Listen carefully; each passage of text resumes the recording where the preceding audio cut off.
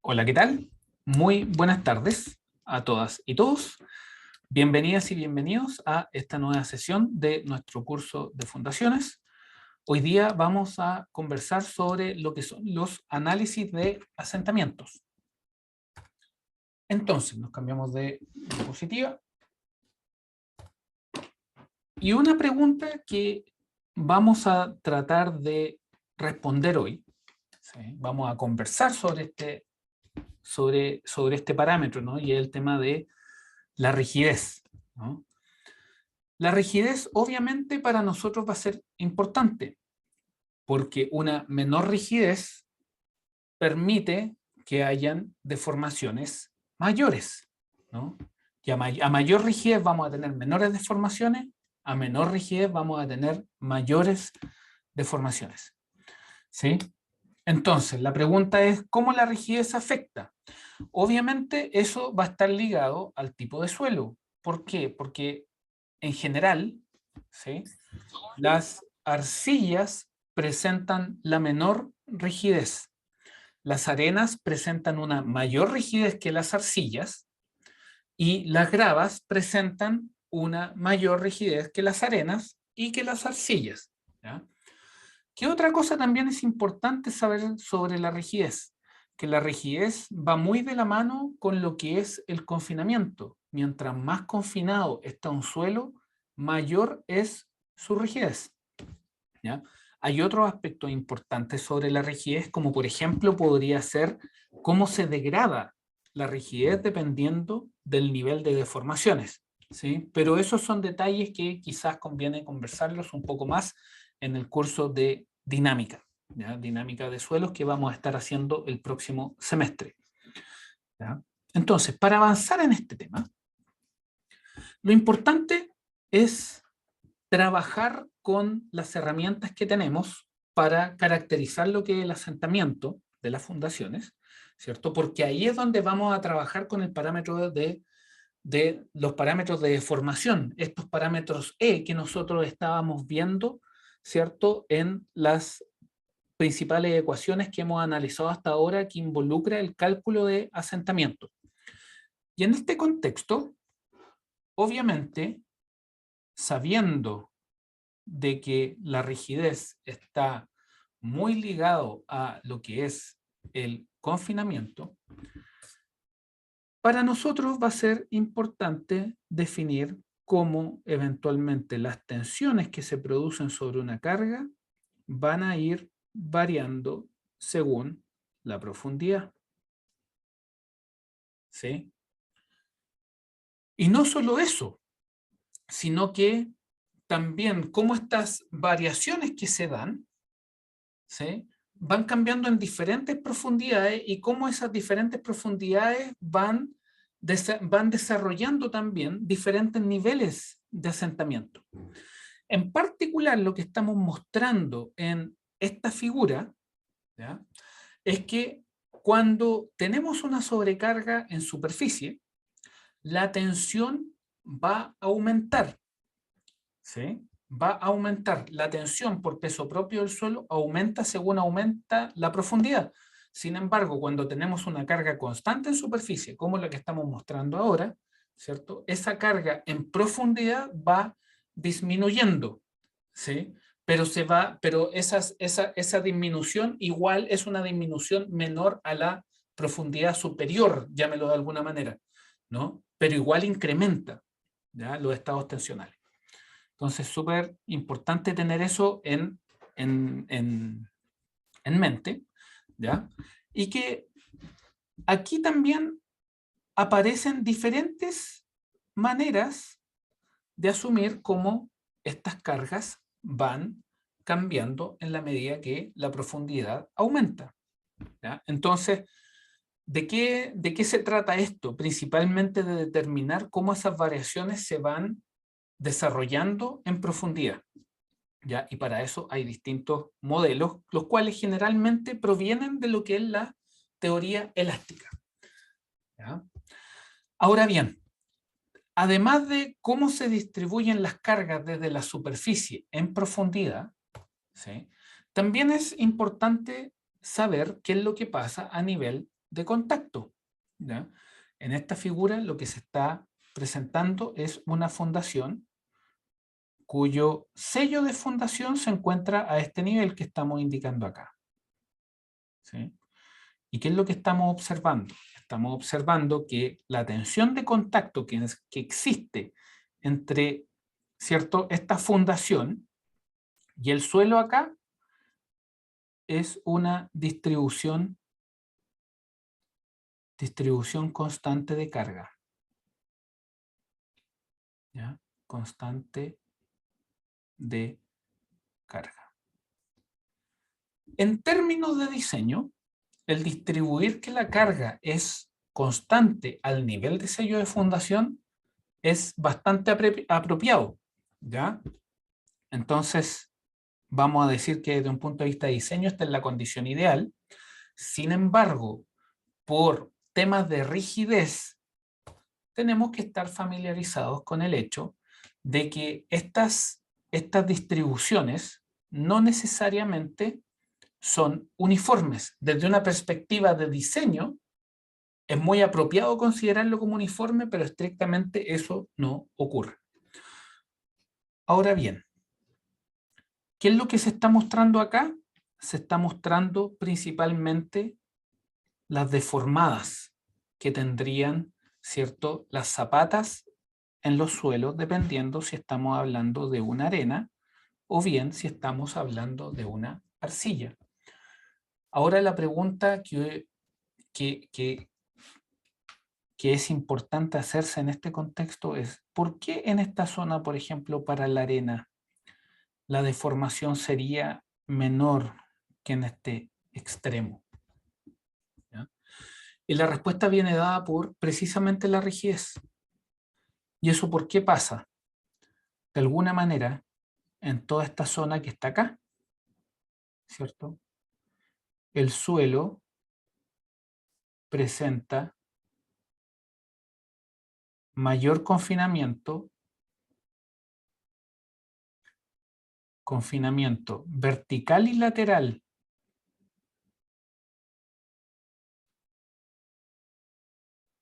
Vertical y lateral, ¿cierto? Al tener mayor confinamiento, en ese sector inmediatamente bajo, ¿cierto?, en este caso bajo la columna, bajo el muro, ¿cierto?, ahí hay mayor confinamiento, por lo tanto la rigidez es mayor.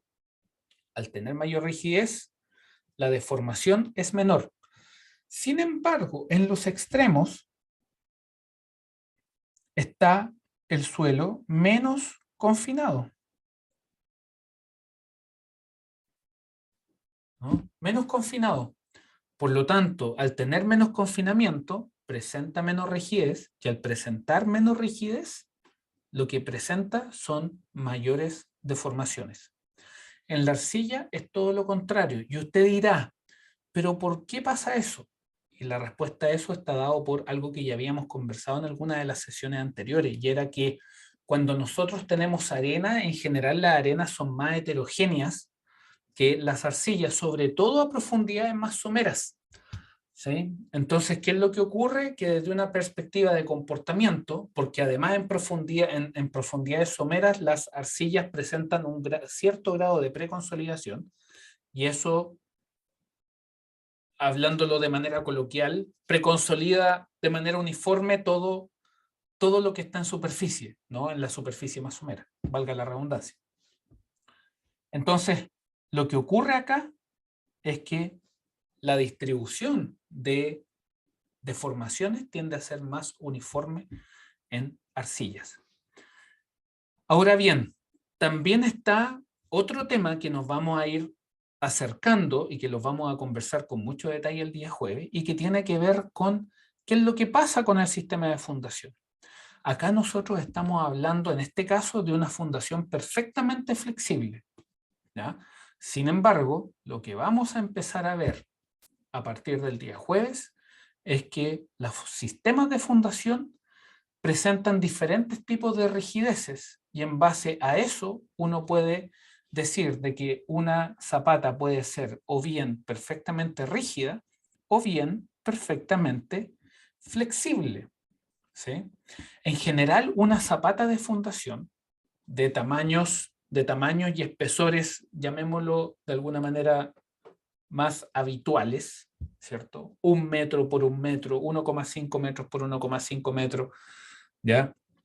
Por 20 centímetros de espesor, ¿sí? En general, dependiendo del hormigón también, vamos a estar hablando de fundaciones que van hacia el lado de más rigidez, ¿ya? Sin embargo, cuando las fundaciones empiezan a tener tamaños más considerables, ¿sí? Las fundaciones se empiezan a flexibilizar. Y usted se preguntará, ¿podemos cuantificar eso? ¿Es posible el definir algún parámetro que nos permita decidir si una fundación va a ser flexible o rígida? Y la verdad es que sí existe, ¿ya? Y ese número lo vamos a revisar precisamente, ese criterio lo vamos a revisar precisamente el día jueves, ¿ya? Entonces, ¿qué es lo que vamos a hacer? Que en general, sabiendo estas diferencias que se presentan, en general vamos a trabajar con un sistema en el cual las fundaciones las asumimos que la presión de contacto es uniforme a lo largo de toda la zona de contacto, ¿no? Al nivel del sello de fundación. ¿Se comete un error? Estrictamente hablando, sí, pero desde una perspectiva de diseño y práctica, ¿ya? Anda impecable, ¿ya? Entonces, asumir distribución uniforme es bastante correcto. Con ese preámbulo, ¿ya? Y entendiendo ya todos los parámetros que necesitamos para calcular asentamientos, ¿cuáles van a ser las herramientas con las cuales vamos a calcular asentamientos? Recuerde que el asentamiento era asentamiento instantáneo, asentamiento por consolidación primaria y asentamiento por consolidación secundaria, y que todos los tipos de suelo presentan los 3 tipos de asentamientos, ¿ya? Y que un tipo de asentamiento va a predominar por sobre otro dependiendo de las condiciones, de las condiciones principalmente del suelo, ¿ya? Entonces, ya entendemos el efecto de qué es lo que pasa con una carga superficial y cómo varía en profundidad, ¿cierto? ¿Qué es lo que pasa con las ecuaciones? ¿Cierto? Esto lo conversamos en detalle el otro día. Conversamos en detalle de dónde proviene esa ecuación, ¿cierto? Que tiene la forma, este es el asentamiento, ¿ya? Pongámosle al tiro este nombre, ¿no? Porque esta es la ecuación del asentamiento elástico. Ahora, lo importante aquí saber es que independiente del tipo de asentamiento, la fórmula va a seguir desde una perspectiva de ecuación, ¿ya? Tienen formas similares.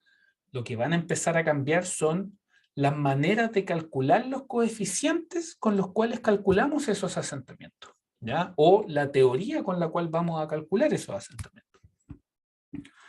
Y la forma tiene esta ecuación, I2 por I1, I1 por I2 por QB por B dividido por el módulo de deformación. ¿Cómo va a ser el cálculo general? Lo que vamos a hacer es calcular las tensiones.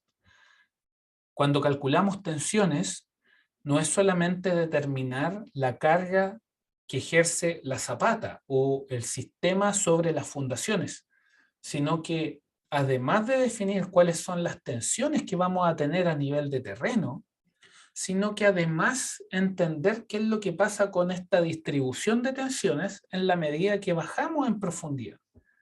Por lo tanto, tenemos las tensiones en superficie y entendemos cómo éstas cambian en profundidad, ¿cierto? Esto es lo que se vio en el curso de geotecnia cuando se estudiaba, aquí le recuerdo este nombre,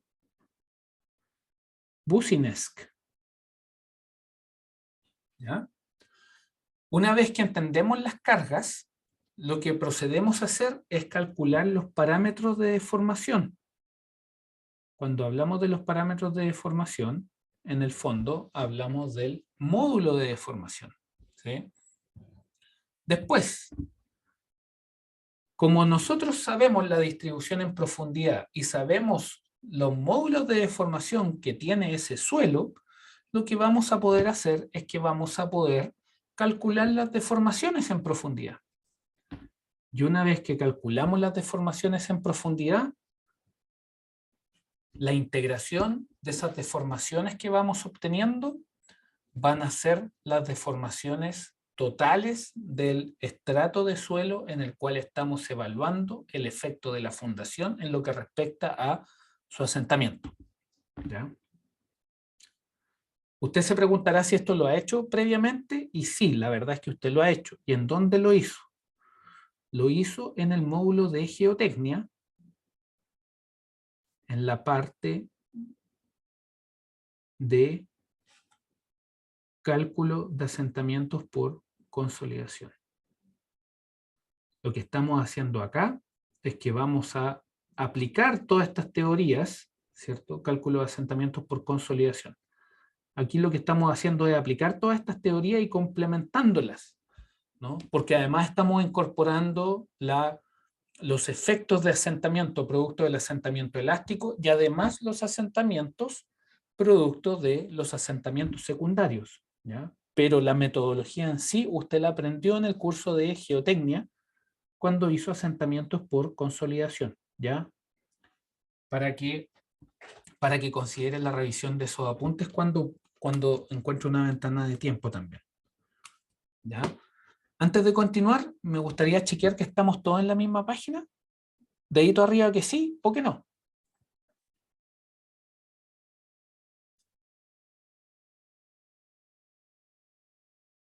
Fabiola, Diego,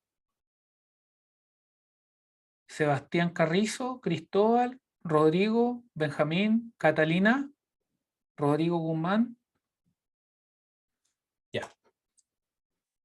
Entonces. Aquí no, se me perdió el mouse. Ahí está. Entonces, ¿cómo lo vamos a hacer para calcular los asentamientos en fundaciones flexibles? En el fondo aquí retomamos lo que ustedes aprendieron en geotecnia, ¿ya? Asentamientos de fundaciones flexibles, carga puntual, pensando en una columna, ¿ya? La carga puntual trabaja con esa ecuación, ¿sí? Donde hay una perturbación en la radial, esta es la radial, y esta es en la vertical, ¿sí? Ahora, ¿qué es lo importante acá? Tener correctamente implementadas estas ecuaciones, ¿sí? Cuando ustedes tienen una carga puntual, entonces, ¿qué es lo que pasa? Aquí, si nosotros queremos determinar qué es lo que pasa en superficie, qué es lo que pasa con el asentamiento en superficie, basta evaluar la ecuación que tenemos en z igual 0. ¿Ya? Y con eso la expresión le queda así. Y por lo tanto, usted puede determinar qué es lo que pasa a distintos niveles, ¿cierto? A distintas distancias de diferentes distancias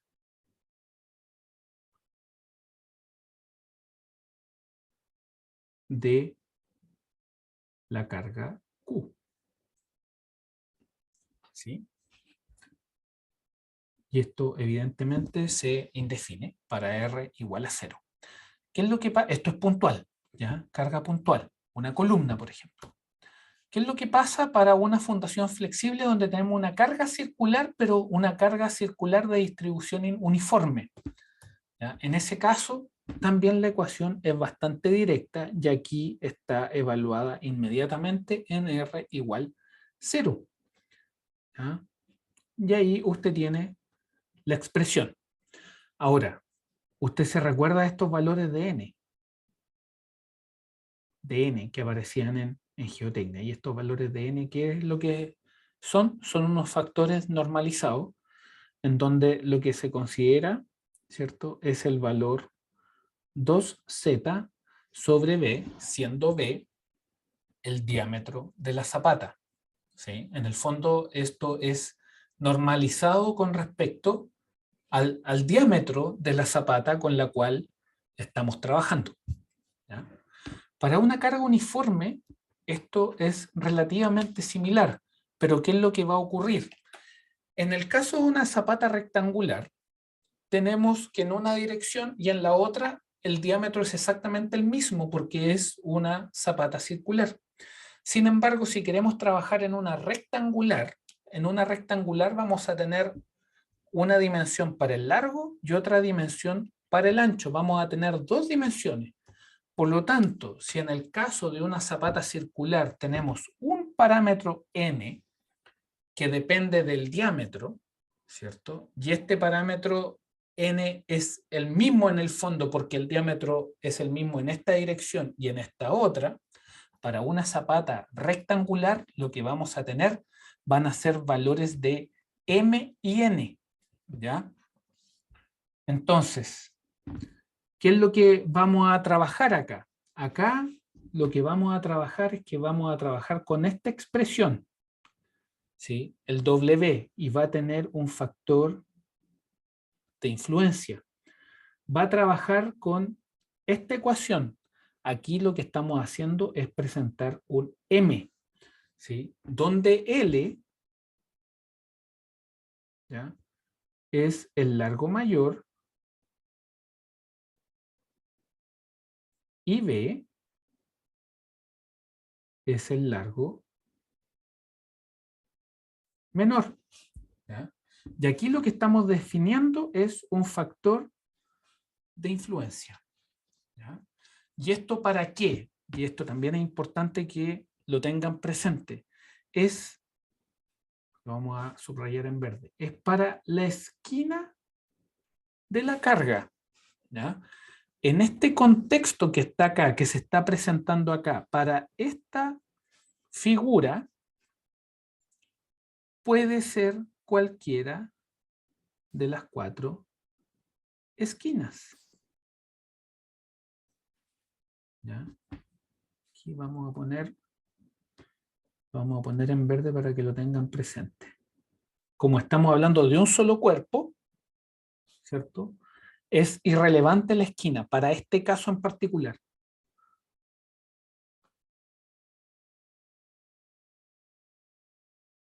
Para cualquiera de las esquinas. ¿Ya? Entonces, ¿qué es lo que va a ocurrir? Que si nosotros quisiéramos definir el asentamiento en cualquier punto, como por ejemplo en este punto O, lo que vamos a hacer es que vamos a subdividir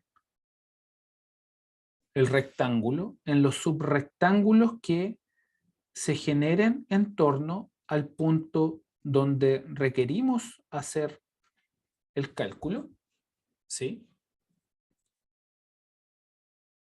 Y lo que vamos a hacer es que vamos a calcular el asentamiento de esta zapata, que esa va a aportar un cierto valor ahí. Vamos a tener esta otra zapata, vamos a hacerlo con otro color, para que se vea bien el tema.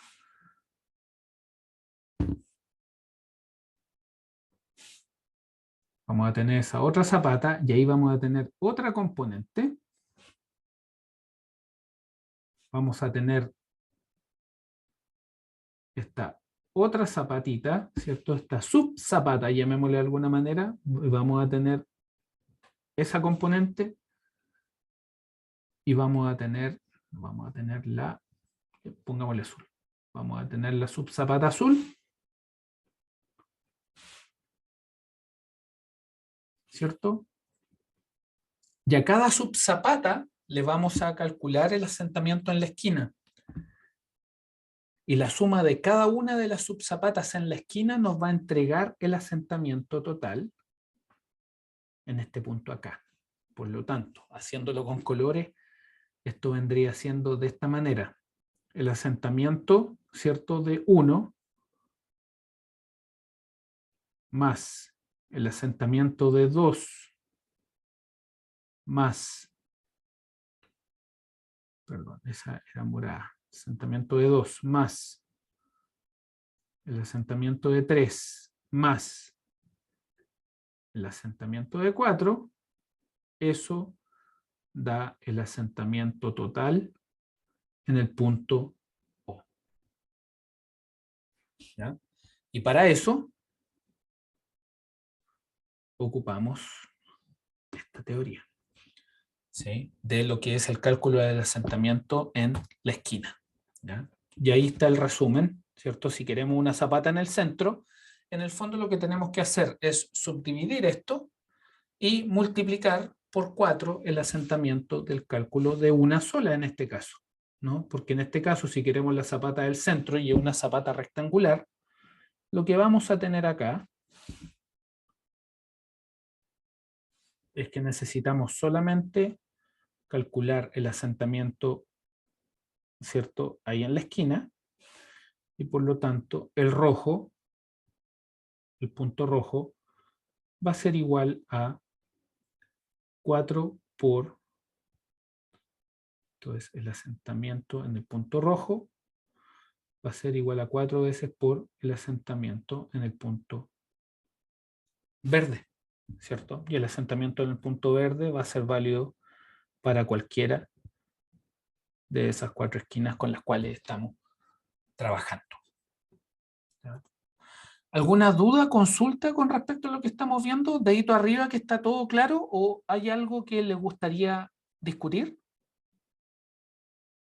¿Sí? ¿Estamos bien? Sebastián, Catalina, Rodrigo, Montserrat, Diego, Fabiola, ahí está, David, Benjamín, Renzo, Gaspar, Rodrigo Barbe, Cristóbal T, Sebastián, Carrizo, Diego Lago. Ya, listo. Entonces, si queremos simplificar esto, podemos empezar a buscar alguna herramienta. ¿Sí? Por ejemplo, aquí dice, el desplazamiento vertical promedio de una carga rectangular del lado B y L. Esto es el promedio, no es en un punto específico. En el otro caso, en el caso que recién estábamos resolviendo acá, estos son puntos específicos. Acá, si queremos trabajar con un promedio, trabajamos con esta ecuación. Un C factor de Q, factor de 1 menos nu cuadrado, sobre módulo de deformación, raíz de B por L. ¿Ya? ¿Y qué es lo que necesitamos definir? Necesitamos definir el coeficiente C. El coeficiente C lo sacamos de esta tabla que está indicada acá para obtener coeficiente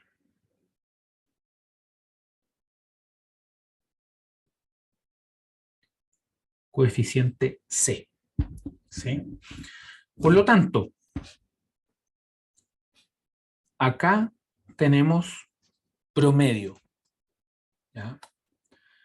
Ahora, ¿qué es lo que pasa si queremos ir con fundaciones rígidas? Con fundaciones rígidas, las ecuaciones son muy parecidas.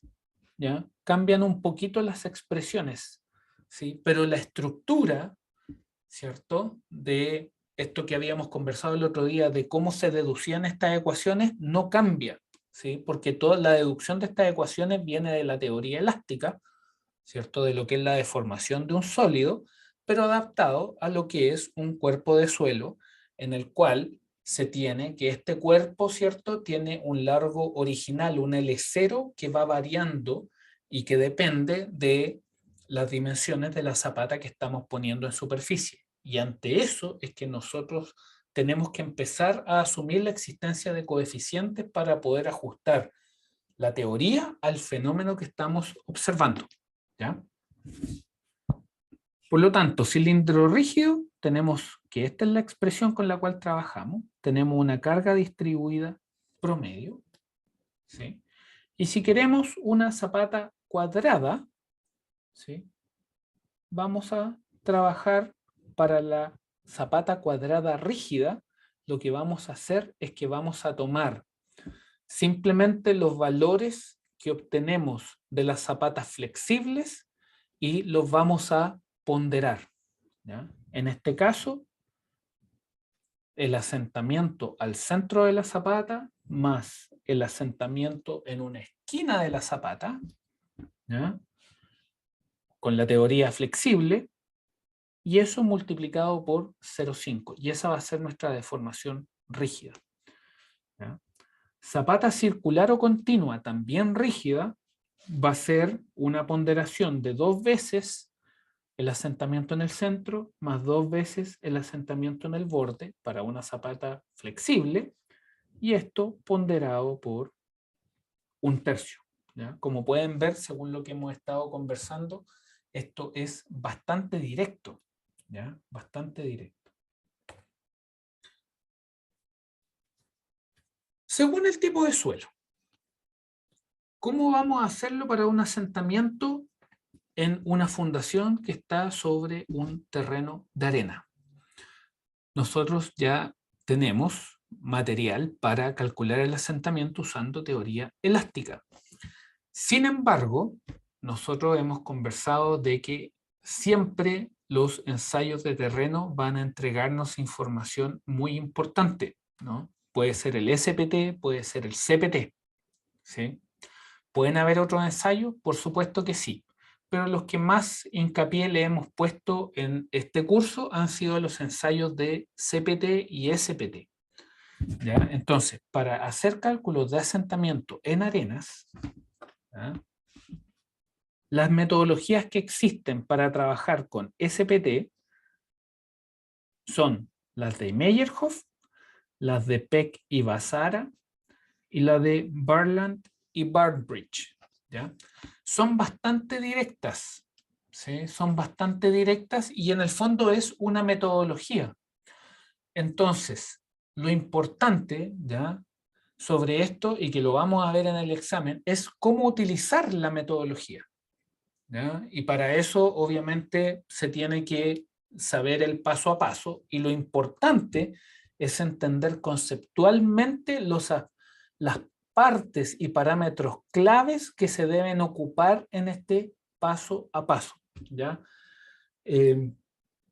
Pero para eso, obviamente, vamos a trabajar con metodologías, y esas metodologías están claramente definidas y se las vamos a entregar con todo el detalle que ustedes requieran para poder trabajarlas, ¿ya? Lo importante es saber de que existen estas metodologías, que cada metodología tiene un supuesto diferente, ¿cierto? Y que obviamente se han trabajado en diferentes contextos, ¿ya? Y que entre ellas pueden comparar claramente, ¿ya? Para el caso del CPT, principalmente hay 2 metodologías. Una que es muy famosa, ¿cierto? Lleva muchas, se lleva, digámoslo, adaptada en la industria muchas décadas, que es la de Schmertmann, ¿sí? Y también está la de Lee y Salgado, que es un poco más reciente, ¿sí? Pero que también es bastante robustas, ¿sí? También las vamos a practicar. Para lo que es arcillas, ¿ya?, aquí lo que cambian un poco son los autores, ¿ya? Entonces, vamos a ver, para el asentamiento instantáneo, en el caso de arcillas, vamos a trabajar con Jambu, ¿sí? Que es del año, ya está totalmente consolidada, es del año 1956. ¿Ya? Y acá la letra chica de esta es que el asentamiento promedio está calculado para un semiespacio. Como ustedes pueden ver, la ecuación es exactamente la misma que hemos venido revisando, ¿ya? Y aquí viene lo importante. L es el módulo representativo del suelo y va a asumir un nu de 0,5. Y usted se preguntará por qué un nu de 0,5. Porque hay muchos estudios que han respaldado, ¿cierto?, que como estamos trabajando en arcillas y que en general las arcillas responden de manera no drenada, el parámetro del nu, ¿cierto?, el módulo de Poisson en una condición drenada se puede aproximar a 0,5. ¿Es completamente correcto? Es discutible, llamémoslo discutible por ahora, ¿ya? Pero en el contexto de esta metodología, el nu que se utiliza es de 0,5, ¿ya? Y la justificación está dada por el que se asume que la arcilla está saturada y que su respuesta es no drenada, ¿ya? Ahora bien, nosotros tenemos que trabajar en ese caso con los coeficientes, ¿cierto? Aquí tenemos un coeficiente I0 y un coeficiente I1. ¿De dónde vamos a sacar esos coeficientes? Y existen estas tablas son del libro de Das, de la versión del año 2011. Y el I0 trabaja con el parámetro df sobre b, donde df es la profundidad, ¿cierto?, al sello de fundación, y el b es el ancho de la zapata. El parámetro I1 está a partir de, entonces ahí tenemos el I0 y el I1 está a partir de este gráfico que trabaja con el parámetro h sobre b, ¿ya?, donde b es el diámetro de la zapata y h es el diámetro, perdón, la profundidad que existe entre el sello de fundación y el estrato rígido por sobre el cual se encuentra la arcilla, ¿sí? Entonces, acá, ya, eso. Pensé que me estaba repitiendo. Ya, entonces, tenemos el valor de I0, tenemos el valor de I1, tenemos el QV, ¿cierto?, que es la carga neta que llega al sello de fundación. Tenemos el V, y acá el E, que es el módulo de deformación. Como estamos asumiendo que es una arcilla y que ésta va a responder de manera no drenada, se ocupa el módulo de deformación que se le llama, en este caso, módulo de deformación, ¿cierto? Módulo de deformación.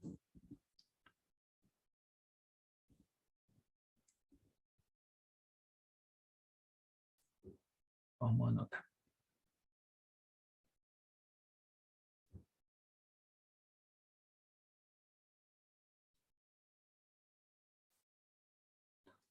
¿Ya? No drenado.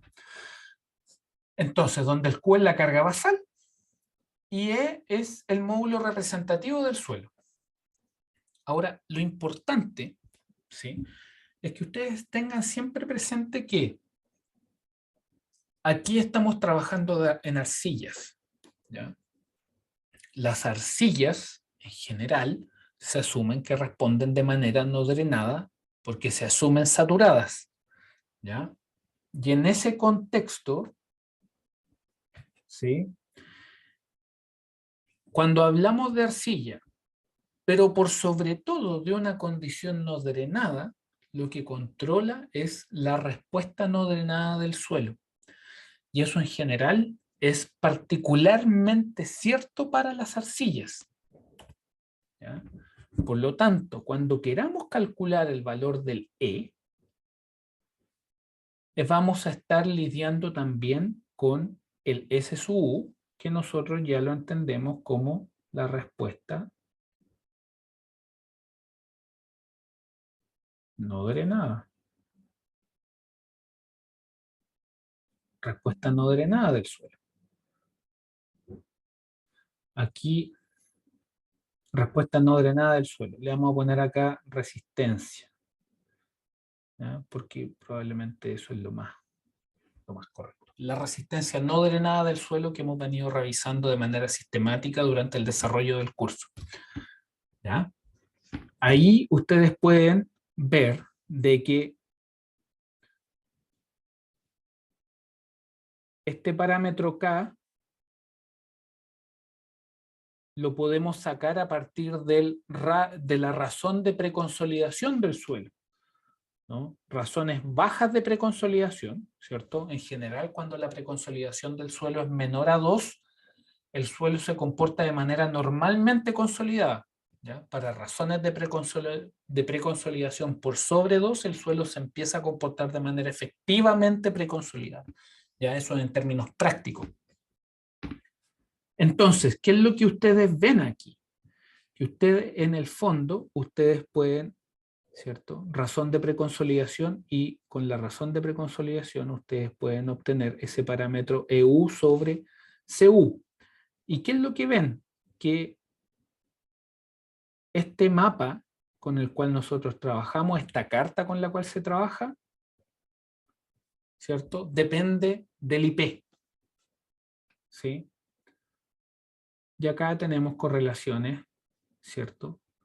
Para este valor de beta. Beta, vamos a ponerle beta acá, ¿sí? Lo importante es cómo correlaciona con el OCR para valores hasta 5, dependiendo del índice de plasticidad. Si es menor a 30, si es de 30 a 50, mayor a 50.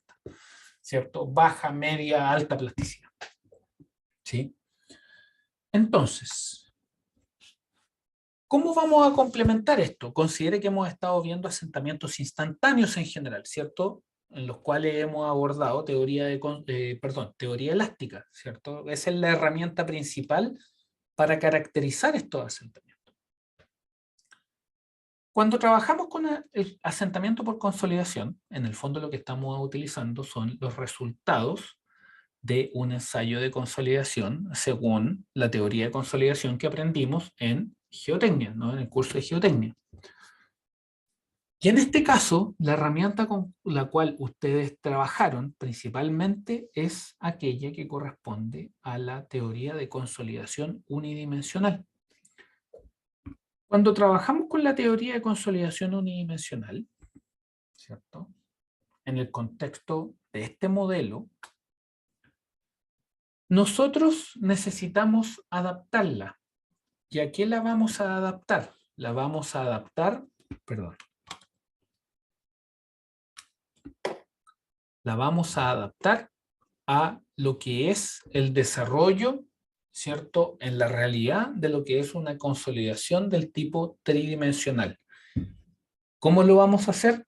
Lo que vamos a hacer es que vamos a trabajar con la teoría de consolidación unidimensional que ya conocemos, y simplemente lo que vamos a hacer es que vamos a factorizar esos resultados por un cierto coeficiente que va a depender de la consolidación, ¿cierto?, del proceso, asumiendo que esto ocurre tridimensionalmente. Para eso, simplemente tenemos que tener esto presente, ¿no? Aquí estamos respondiendo a la pregunta del ¿por qué vamos a utilizar un coeficiente? Y aquí les presento esta ecuación que ustedes también la vieron en geotecnia, en el cual se correlaciona la respuesta no drenada, representada por lo que es el exceso de presión de poros, bueno, y geomecánica, es geotecnia y geomecánica, exceso de presión de poros, ¿sí? Y el exceso de presión de poros estaba caracterizado por este parámetro, que es el parámetro de Bishop, que es muy importante, ¿cierto? Ustedes lo revisaron principalmente en lo que era geotecnia, pero por sobre todo en lo que es geomecánica al momento de estudiar el triaxial, cuando había que garantizar el V de Bishop por sobre 0,95. El V de Bishop es el que está ahí, ¿cierto? Este es el parámetro de Bishop. ¿Ya? Entonces, el delta U en una masa de suelo está dado por el parámetro de Bishop, factor de la variación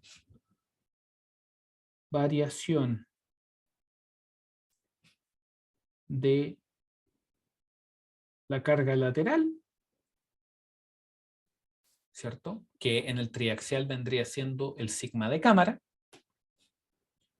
más el parámetro A, que se conoce simplemente como parámetro A. Parámetro A. Me parece que el parámetro A, si mal no recuerdo, también se le conoce como el parámetro de Henkel, pero no lo dejemos anotado.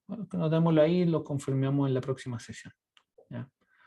Parámetro A, y el parámetro A factor de sigma 1, delta sigma 1 menos delta sigma 3.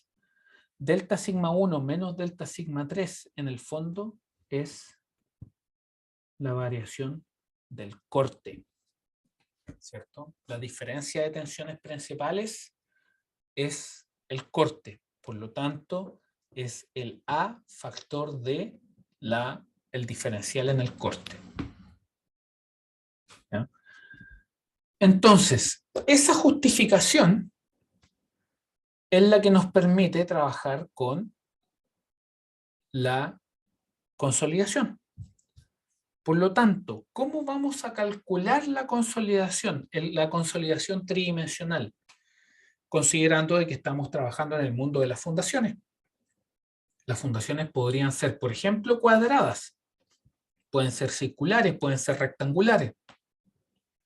Nosotros podemos trabajar asumiendo una condición 2D cuando existe una dimensión significativamente mayor que las otras dos, ¿cierto? Eso es deformaciones planas. Entonces, ¿qué es lo que ocurre? Que si nosotros queremos trabajar la tridimensionalidad, que es donde no se cumple deformaciones planas, lo que tenemos que hacer en ese caso es que para estimar el asentamiento por consolidación tridimensional, lo que vamos a hacer es que vamos a hacer los cálculos de asentamiento con la consolidación unidimensional y las vamos a multiplicar por un factor. Ese factor es el factor mu. El factor mu va a estar dado por el valor de A. Vamos a poner en verde. A más alfa, vamos a poner en morado, factor T1 menos A. Y el A lo vamos a tomar entre 0,5 y 0,75. ¿no? Por lo tanto, si usted trabaja con 0,65, 0,67, en general no anda mal. ¿Ya?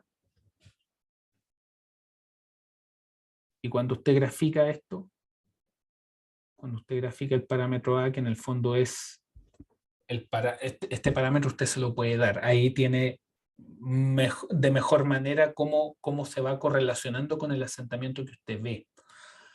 ¿Ya? Pero en general, este parámetro usted lo puede tomar como 0,67, ¿ya? A grandes rasgos. Y acá nos falta el valor de alfa, que me parece que saqué la tabla. ¿Ya? Pero esa la vamos a incluir y va a estar subida en los apuntes que se van a subir respecto a esta clase. ¿Ya? Entonces, usted con el parámetro A, con el parámetro alfa, usted obtiene el valor de mu, determina el asentamiento con la teoría de consolidación unidimensional y la factorización de ese parámetro mu con ese asentamiento de asentamiento unidimensional, usted obtiene su asentamiento tridimensional. ¿Ya? Me parece que este es un buen momento para dejar la sesión hasta acá. Como ustedes pueden ver, esta última sesión de asentamiento es bastante técnica en el sentido de que discutimos muchas ecuaciones. ¿Ya? Muchas ecuaciones. Los cálculos en general tienden a ser un poquito extensos, ¿ya? Pero obviamente vamos a entregarles todas las herramientas para que los cálculos que hayan que hacer puedan ser realizados de manera directa, ¿ya? Lo importante es el cómo determinamos los parámetros, cómo determinamos los cálculos que hay que hacer y cuáles van a ser los parámetros relevantes, así como cuál es la distribución de la variación de tensiones en profundidad. ¿Ya? El cálculo de asentamientos no es difícil, pero sí hay que ser sistemático y tener muy claro el por qué se ocupa un parámetro por sobre otro al momento de hacer los cálculos. ¿Ya? Pero una vez que eso está claro, los cálculos son bastante rápidos. ¿Ya? Así que eso era lo que quería que conversáramos hoy. Ya con esto damos por cerrado todo lo que es asentamiento y ya en la clase de mañana lo que vamos a hacer es que vamos a cerrar la última parte de lo que es el diseño de fundaciones profundas para proceder a, perdón, superficiales, para empezar a conversar sobre otro aspecto involucrado en lo que es el diseño de otro tipo de fundaciones. Así que si estamos todos en la misma página, nos vemos el día de mañana. Muchas gracias a todos, que estén muy bien. Y eso, yo me quedo acá para aclarar consultas, dudas que puedan tener. ¿Ya? Que estén muy bien, yo me quedo acá esperando a que se desconecten. Muchas gracias, nos vemos. Chao, chao. Chao, profe. Chao, Chao, chao. profe.